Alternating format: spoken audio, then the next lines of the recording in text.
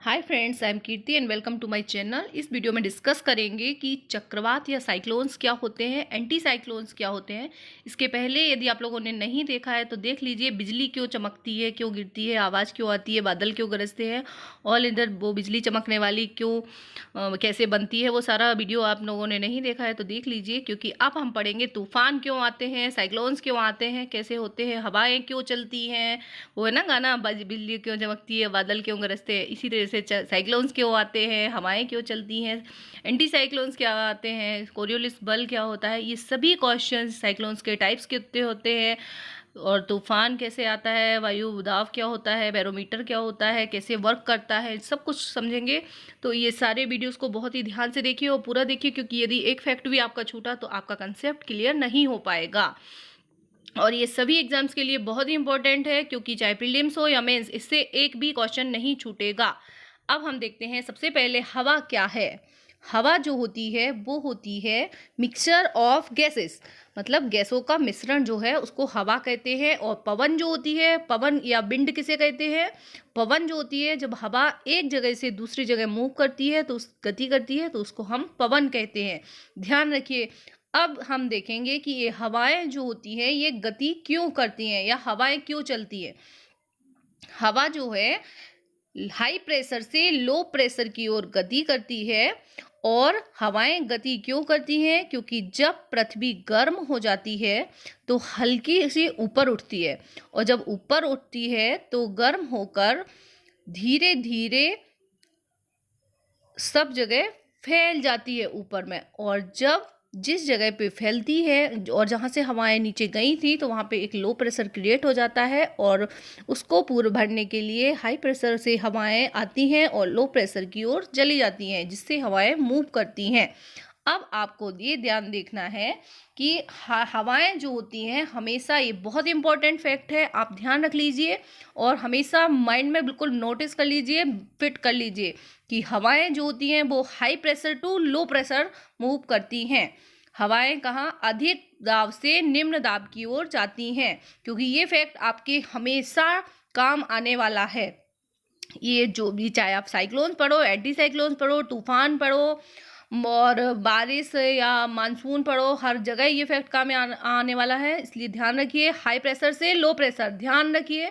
क्योंकि जब हमारे ऊपर, इस तरीके से आप याद रख सकते हैं कि हमारे ऊपर जब ज़्यादा प्रेशर होता है तो हम क्या करते हैं, कोई भी अपना प्रेशर बढ़ाना नहीं चाहता, हमेशा कम करना चाहता है। तो हमारा प्रेशर क्या होता है, हवाएं भी अपना प्रेशर कम कर रही हैं तो कहाँ से जाएंगी, हाई प्रेशर से लो प्रेशर की ओर। अब एक चीज और देख लेंगे, ये जो वायुदाब है वो बैरोमीटर से नापा जाता है। यहाँ पे आप देखिए, वायुदाब को बैरोमीटर से नापते हैं और बैरोमीटर में यदि पारा जो है वो अचानक गिर जाता है तो क्या संकेत होता है, तूफान आने का संकेत होता है।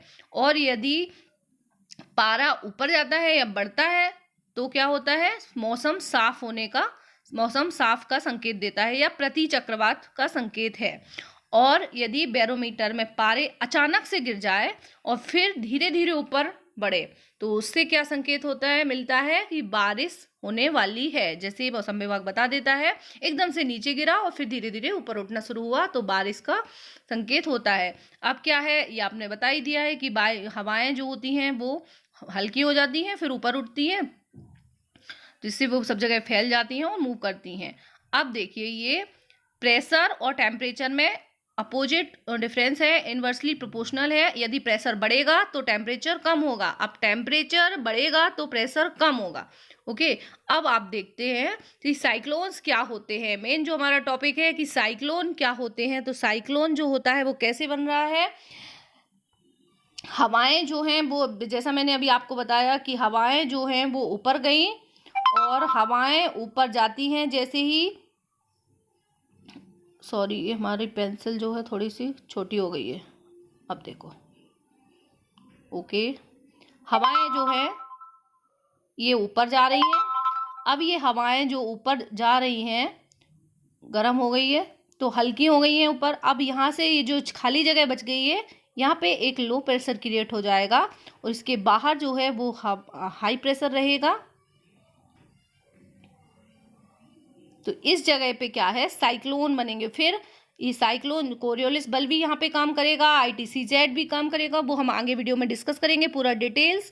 तो कैसे होता है आप बेसिक समझिए कि ये हवाएं ऊपर उठी, वहाँ पे एक लो प्रेशर क्रिएट हुआ और उसकी जगह भरने के लिए हवाएं हाई प्रेशर से, चूंकि हवाएं लो प्रेशर की ओर बहती हैं, तो वो हाई प्रेशर से लो प्रेशर की ओर आई और यहाँ पे घूर्णन गति के कारण अब ये डायरेक्शन कैसी होती है वो मैं आगे बताऊंगी। इधर भी जा सकती हैं क्लॉकवाइज भी और एंटी क्लॉकवाइज भी, तो जिस जगह जाएंगी उस हिसाब से साइक्लोन उत्पन्न हो जाएंगे। तो अब हम देखेंगे कि ये साइक्लोन्स का बेसिक है कि ऐसे साइक्लोन्स बनते हैं।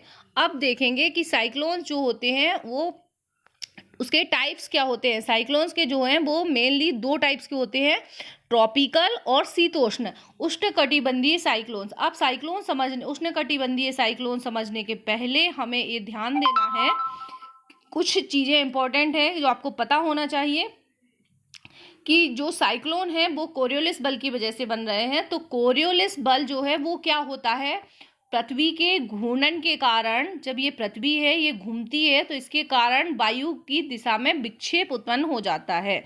मतलब जो हवाएं हैं वो अपनी दिशा से मुड़ जाती हैं, या तो वो लेफ्ट मुड़ेंगी या राइट मुड़ेंगी। यदि नॉर्थ गोलार्ध है, ये नॉर्थ गोलार्ध है, पृथ्वी जो है ये इक्वेटर है, भूमध्य रेखा ऊपर नॉर्थ गोलार्ध, ये आधा गोला इसलिए नॉर्थ साउथ गोलार्ध, ठीक है। और अब ये जो है यदि नॉर्थ गोलार्ध में, तो आपको याद रखना है इनकी दिशा कोरियोलिस बल की वजह से क्या हो जाएगी, राइट में मुड़ेंगी, और साउथ गोलार्ध में जो होती हैं वो मुड़ती हैं, अब कैसे मुड़ेंगी वो मैं अभी आपको पूरा मैकेनिज्म समझा देती हूँ। साउथ गोलार्ध में मुड़ेंगी वो लेफ्ट में मुड़ेंगी। अब देखिए यहाँ पे बहुत ही इंपॉर्टेंट है कैसे मुड़ रही है। नॉर्थ गोलार्ध में कैसे हवाएं मुड़ रही हैं, ये देखिए, जैसे लो प्रेशर यहाँ पे क्रिएट हुआ, अंदर बाहर यहाँ पे हाई प्रेशर, अभी मैंने आपको बताया समझाया। अब क्या होता है, हाई प्रेशर से हवाएं यहाँ पे लो प्रेशर की ओर जा रही हैं, अभी तो सीधी चल रही हैं, लेकिन ये यहाँ पे ये हम नॉर्थ गोलार्ध या नॉर्थ हेमिस्फीयर की बात कर रहे हैं, ठीक है, नॉर्थ गोलार्ध की ऊपर वाले एरिया की, इस वाले एरिया की, ठीक है। अभी यहाँ पे क्या हो रहा है, ये हवाएं जो है ये सीधी जा रही थी, अब क्या हुआ, मैंने क्या बोला, और नॉर्थ गोलार्ध में राइट दिशा की ओर, बस आपको एक टर्म याद रखना है, नॉर्थ में राइट की ओर जाएंगी और साउथ में लेफ्ट की ओर जाएंगी। तो अब राइट इसका कौन सा हुआ, राइट की ओर मुड़ गई है, यहाँ पे सीधी जा रही थी पर सीधी की जगह ये राइट है, इसका राइट मुड़ गई। अब राइट मुड़ गई, अब यहीं पे साथ में पृथ्वी घूम रही है, तो पृथ्वी घूम रही है तो कोरियोलिस बल की वजह से ये इधर मुड़ के फिर ऐसे घूमती जाएंगी वो हवाएं, तो एक ऐसा निर्माण कर लेंगी चक्र जैसा, इसलिए इसको बोलते हैं चक्रवात, इसीलिए इसका नाम पड़ा है चक्रवात, क्योंकि ये चक्र जैसा बन जाता है यहाँ पे, ठीक है। अब क्या होता है, और साइक्लोन, अब यहाँ पे आपको देखना है, ये नॉर्थ जो है, नॉर्थ में ये ऐसी घूमी और इनकी दिशा कैसी है, इनकी दिशा है घड़ी की सुई के विपरीत, ये इधर विपरीत जा रही है, तो एंटी क्लॉकवाइज। दो टर्म आपको याद रखना है, नॉर्थ डायरेक्शन में या नॉर्थ क्लॉक में, नॉर्थ हेमिस्फीयर में जब साइक्लोन उत्पन्न होते हैं तो उनकी वायु की दिशाएं जो होती हैं वो राइट की ओर होती है, और कोरियोलिस बल की वजह से ये ऐसे मुड़ जाती हैं तो इस साइड हो जाती हैं, तो एंटी क्लॉकवाइज उनकी डायरेक्शन हो जाती है। ये हो गया आपका नॉर्थ हेमिस्फीयर का। अब हम देखेंगे साउथ हेमिस्फीयर में, साउथ हेमिस्फीयर में कैसे हो रही है, ये साउथ हेमिस्फीयर की बात हो रही है, यहाँ पे ये साउथ हेमिस्फीयर है, यहाँ की बात कर रहे हैं। यहाँ पे लो प्रेशर अंदर क्रिएट हुआ, बाहर क्या हुआ, अंदर लो प्रेशर बाहर हाई प्रेशर, क्योंकि गर्मी बढ़ी, ये यहाँ पे कहाँ बात कर रहे हैं हम, ट्रॉपिकल रीजन की, गर्मी बढ़ी, हाई प्रेशर क्रिएट हुआ, हाई प्रेशर क्रिएट होने से हवाएं हाई से लो की ओर जाती हैं क्योंकि प्रेशर अपना कम कर रही है वो, अब ये लो की ओर जा रही हैं तो इनकी डायरेक्शन यहाँ पे साउथ हेमिस्फीयर में क्या हो जाएगी, दक्षिणी गोलार्ध में इनकी डायरेक्शन हो जाएगी इधर, उत्तरी गोलार्ध में इधर हुई थी, राइट की ओर मुड़ी थी, जैसा मैंने बताया आपको। साउथ में आपको क्या करना है, एसएल याद रख लीजिए, साउथ में लेफ्ट की ओर मुड़ेंगे, साउथ में लेफ्ट की ओर मुड़ेंगी। तो अब क्योंकि कोरियोलिस बल है, पृथ्वी घूम रही है, तो वो कैसे मुड़ जाएंगी, इस तरीके से। ये अब एक वायु थोड़ी है, बहुत सारी वायु राशि है, तो ऐसे धीरे धीरे करके ये चक्र जैसा बन जाता है। और यहाँ पे कैसा चक्र बनता है, साउथ में क्लॉकवाइज। अब आपको ध्यान रखना है, लेफ्ट की ओर मुड़ेंगी और कोरियोलिस बल की वजह से ये क्लॉकवाइज अपनी दिशा में मुड़ जाते हैं, घड़ी की सुई की दिशा में या क्लॉकवाइज। यहाँ से क्वेश्चन बनते हैं, बहुत इंपॉर्टेंट है। अब आपने समझ लिया कि कैसे बना ये।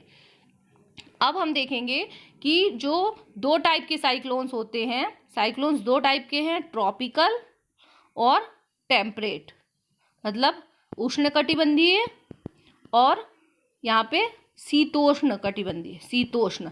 अब हम इन दोनों को देखेंगे। तो अभी सबसे पहले हम बात करेंगे ट्रॉपिकल साइक्लोन्स की। ट्रॉपिकल साइक्लोन्स क्या होंगे? ट्रॉपिकल साइक्लोन्स जो होते हैं वो कहाँ पे बनते हैं? ये पृथ्वी है, ये इक्वेटर है 0 डिग्री। यदि आपने अक्षांश देशांतर वाला वीडियो नहीं देखा है तो देख लीजिए, आपको अच्छे से समझ में आ जाएगा। यहाँ पे कर्क रेखा 23.5 डिग्री, यहाँ पे मकर रेखा 23.5 डिग्री साउथ, ये नॉर्थ, ये साउथ हेमिस्फीयर। ओके, अब हम देखेंगे यहाँ पे 66, फिर यहाँ पे 90। ठीक है, अब हम दोनों ही समझ लेंगे एक साथ। अभी ट्रॉपिकल देख रहे हैं, तो ट्रॉपिकल कहाँ पे बनेगा? वैसे ट्रॉपिकल 5 से 30 के मध्य होता है। 5 ये 0 है, यहाँ से 5 से 30 के मध्य में होता है। बट मेनली जो भयंकर तूफान उत्पन्न होते हैं या साइक्लोन्स होते हैं वो आते हैं, यदि आपसे पूछा जाए तो कर्क रेखा से मकर रेखा के बीच में, मतलब इस वाले 23 से, मतलब और इस वाले 23 के बीच में। ये जो एरिया है ये बहुत ज़्यादा, इस एरिया में सबसे ज़्यादा तूफान आते हैं। मतलब या नॉर्थ में भी आएगा और नॉर्थ गोलार्ध में भी, साउथ गोलार्ध में भी। आपको दोनों रखना है, कंफ्यूज करने के लिए दे सकते हैं कि केवल नॉर्थ गोलार्ध में या साउथ, तो दोनों गोलार्ध में होंगे ट्रॉपिकल साइक्लोन्स। और मकर 23 डिग्री से 23 डिग्री के बीच में। ओके, 5 से 30 है मेन, पर वहाँ पे कम होता है क्योंकि वहाँ पे टेम्परेचर जो है वो उतना ज़्यादा नहीं बढ़ पाता है, इसलिए। ठीक है, अब देखते हैं। अब यहाँ पे जो ट्रॉपिकल, एक पॉइंट वहाँ पे और याद रख लीजिए, यहाँ पे जो ट्रॉपिकल वाले हैं, ये यहाँ पे जो साइक्लोन उत्पन्न होंगे, ये जिस जिस एरिया में होंगे वो बहुत ही ज़्यादा खतरनाक होते हैं। इनकी दाब प्रवणता बहुत कम होती है, इनकी दाब प्रवणता अधिक होती है, और इनका पवनों का वेग जो है वो भी बहुत अधिक होता है। तीनों चीज़ें अधिक होती हैं, और जब हम शीतोष्ण देखेंगे तो उनमें तीनों चीज़ें कम होंगी। उनमें वो भयंकर उतने ज़्यादा नहीं होंगे, विनाशकारी नहीं होंगे, और दाब प्रवणता भी उनकी कम होगी, और पवनों का वेग भी उसमें कम होगा।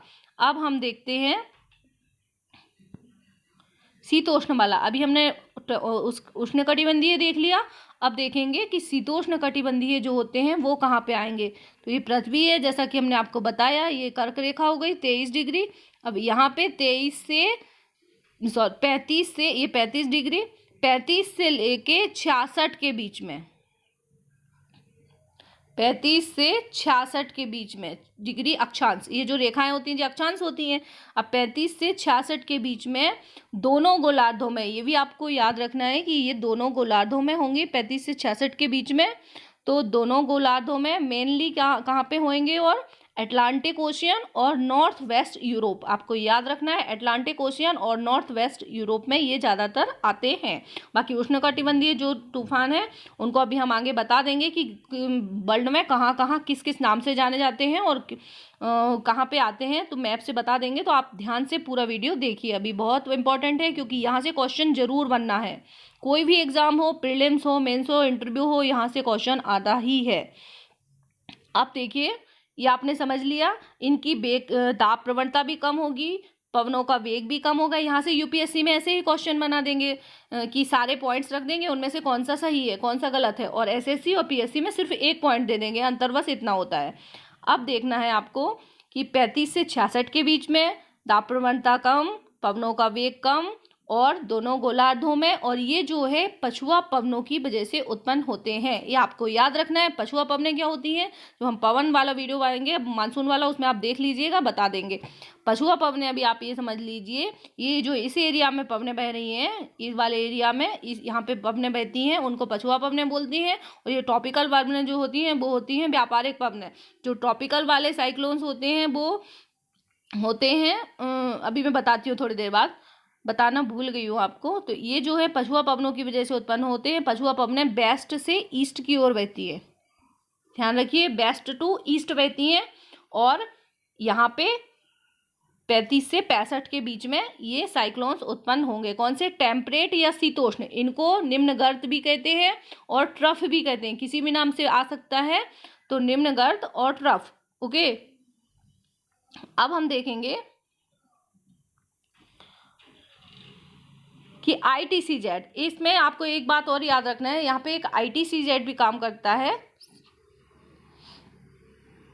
ITCZ जो होता है वो होता है ट्रॉपिकल, जो मैंने आपको ट्रॉपिकल एरिया बताया, वहाँ पे दोनों गोलार्धों की जो व्यापारिक पवनें जहाँ पे मिलती हैं, उत्तरी गोलार्ध और दक्षिणी गोलार्ध दोनों की जो व्यापारिक पवनें जहाँ पे मिल रही हैं, उनको बोलते हैं उनमें जो दोनों मिल जाती हैं, तो जो कन्वर्जेंस होता है उनके दोनों के मिलने से ये जो ITCZ बनता है। और ITCZ जो है ग्रीष्म ऋतु में ऊपर की ओर नॉर्थ गोलार्ध में खिसक जाता है और ठंड की ऋतु में या शीत ऋतु में साउथ गोलार्ध की ओर हो जाता है, जिससे वहाँ की सतह पे निम्न दाब बन जाता है, और निम्न दाब बनेगा तो साइक्लोन्स उत्पन्न होंगे।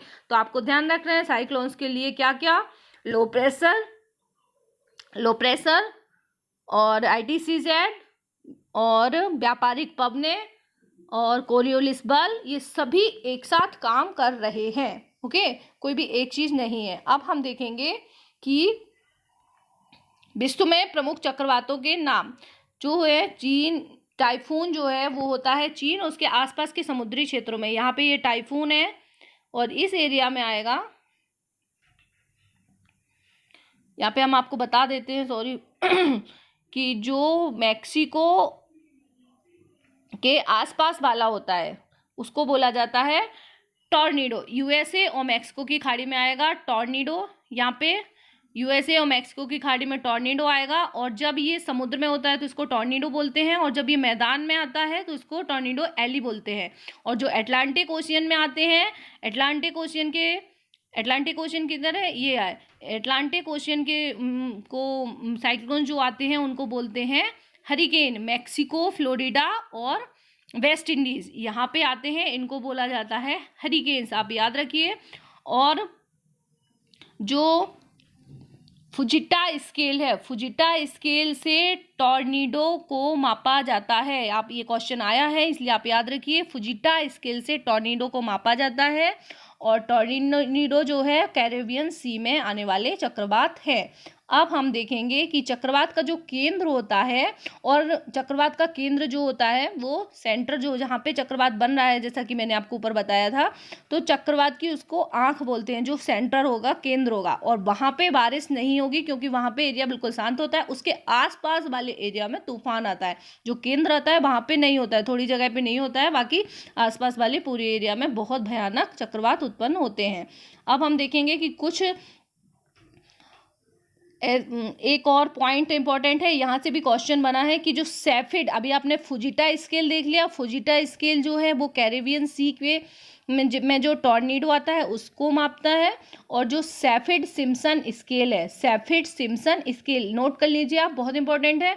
सैफिड सिम्पसन स्केल जो है उससे मापी जाती है हरिकेन की तीव्रता, जो कि अटलांटिक ओशियन में मैक्सिको, फ्लोरिडा में जो तूफान आते हैं, चक्रवात आते हैं, उनकी तीव्रता मापी जाती है सैफिड सिम्पसन स्केल से। ठीक है, अब कुछ और इम्पोर्टेंट पॉइंट हैं। उत्तर पश्चिम प्रशांत महासागर, आपको ध्यान रखना है, उत्तर पश्चिम प्रशांत महासागर जो है वहां पे